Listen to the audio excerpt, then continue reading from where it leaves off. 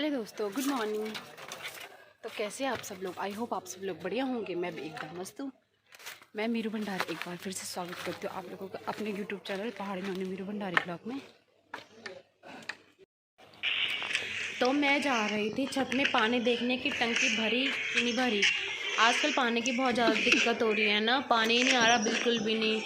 इस वजह से छत में गई टंकी देखने, तो देखा मैंने पानी बिल्कुल ही बहुत कम था, नहाने लायक भी नहीं था, बहुत ही कम था। एक दो बंदे ही नहा सकते थे उससे।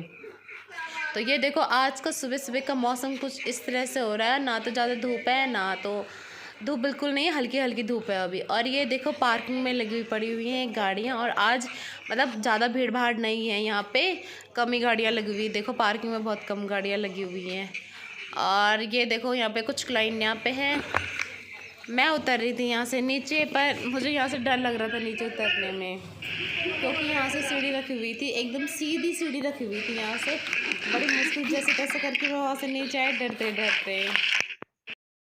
मैंने किचन में देखा तो पूरा किचन बिखरा पड़ा हुआ था। सफाई तो मैंने करी थी, पर फिर भी बर्तन इधर से उधर वैसे पड़े हुए थे। देखो आधे ज़्यादा बर्तन तो धुलने के लिए थे और आधे ज़्यादा बर्तन भाभी ने सुबह धुल दिए थे। तो मैंने सोचा क्यों ना मैं फटाफट पहले किचन वगैरह साफ़ करूँ, बर्तन वगैरह एक साइड रख करके पहले तो मैं किचन ही साफ़ करती हूँ। मैं सोचा पहले किचन साफ़ करूँगी, फिर बर्तन जा कर के मांजूँगी। बर्तन मुझे थोड़ी दूर में ले जा कर के मांजने पड़ते हैं। तो ये लग गई थी मैं फटाफट अपने काम में, इधर से उधर रखने लग गई मैं बर्तन को, क्योंकि किचन बहुत ज़्यादा बिखरा पड़ा हुआ था। मैंने सुबह पूरा काम किया ही था, तब तक पापा आ गए तो मुझे लगा मुझे भी कैमरा बंद कर देना चाहिए। फिर बर्तन एक तरफ रख करके मैं स्टार्ट हो गई फिर पोछा मारने के लिए। तो मैंने किचन में पोछा वगैरह मार करके मैं बाहर निकली वहाँ से। फिर मैंने ये बाल्टी उठाई और फिर मैं सोचा पोछा का कपड़ा धुल देती हूँ, क्योंकि मुझे आज मेरी बहन घर पे तो थी नहीं, उसने मुझे जाते हुए बोला था कि मेरे बदले का पोछा मार देना रूम पे। तो मैंने कहा ठीक है तू जा अपने काम से।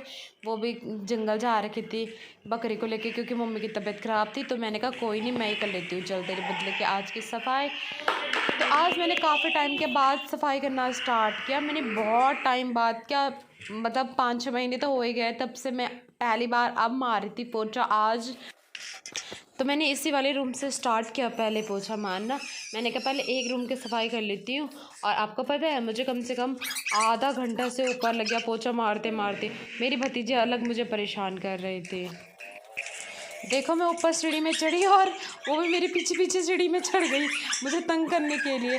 और मैंने कहा कहीं गिर ना जाए, वैसे भी टाइल वाला घर है, इस सीढ़ियों में तो खैर पत्थर है, पर मैं सोचा कहीं गिर ना जाए। और मैं डर के मारे नीचे आ गई। मैंने उससे कहा ऊपर तेरी दादी है, जा तो अपनी दादी के पास जा, तब तक मैं पोछा मार लेती हूँ। मेरे को क्या पता उसकी दादी और वो मेरे पीछे पीछे नीचे आ गया, और मुझे फिर भी डर था कहीं वो गिर ना जाए। मैं मम्मी को बोला उसे हाथ पकड़ के लेके आई हो, कहीं वो गिर ना जाए। तो मम्मी उसे हाथ पकड़ के लेके आ रही थी। ये देखो कितनी हराम ऐसे परेशान करती रहती है मुझे। फिर मैंने इसमें आइस क्यूब रखा था, बर्फ़ मतलब बर्फ़ ऊपर वाले खाने में रखा हुआ था मैंने। और मैं आपको बताऊँ ये मैंने क्यों रखा था, ये बिल्कुल भी छूट नहीं रहा था, ये टाइट हो रखा था। फिर मैंने सोचा कि मैं इसे थोड़ी देर धूप में रख देती हूँ। मैंने धूप में रखा, फिर भी इसमें कोई फ़र्क नहीं पड़ा। मैंने कहा चलो कोई बात नहीं, इसे धूप में रख लेती हूँ। देखो मैंने कितनी कोशिश करी पर कुछ नहीं हुआ। मैं कहा चलो धूप में रख देती हूँ उसको, तब तक मैं दुकान होकर के आ जाती हूँ। तो मैं चल रही दुकान के लिए, मुझे कुछ सामान लेके आना था। दुकान तो हमारी भी है, पर ये सारा सामान ख़त्म हो चुका था। फ़िलहाल मैं साबुन लेके आई कपड़े धुलने के लिए और शराब। तब तक मैंने सोन से शैम्पू मांगा, मैं कहा शैम्पू दे दे, कह रहे थे वीडियो बना रही, मैंने कहा ना ब्लॉग बना रही हूँ। तो मैं वहाँ से चल दी घर के लिए। तो मैं घर पे आई, मैंने देखा ये जो आइस क्यूब है ये निकल गया था कटोरी से। तो मैंने इसे स्टार्ट किया मुँह पर लगाना। आप लोग सोच रहे होंगे कि मैं ये क्या कर रही हूँ, मैं इसे मुँह पे क्यों लगा रही हूँ। मैं आप लोगों को इसे नेक्स्ट ब्लॉग पे बताऊँगी कि मैं ये सब क्यों कर रही हूँ। तो ये देखो मुझे परेशान कर रही थी, और मैं देख करके शीशे में देख करके लगा रही थी मुँह पे। अभी बताती हूँ आप लोगों को, देखो। तो देखो इस तरह से लगा रही थी मैं मुँह पे। इसे नेक्स्ट ब्लॉग में बताऊँगी कि मैं क्यों कर रही थी ये सब। ये कौन लेके आई? कौन लेके आई? मेरे को दिया दादा ने, मेरे लिए दिया दादा ने। वाओ। तब तक हमारा तरबूज भी आ गया। जब तक मैं मुंह पे आइस क्यूब लगा रही थी तब तक हम दोनों का तरबूज भी आ गया था। मेरी मम्मी शिवपुरी से लेकर के आई थी।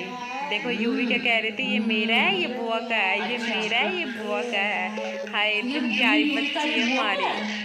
ये देखो कैसे बोल रही थी। मेरा बच्चा।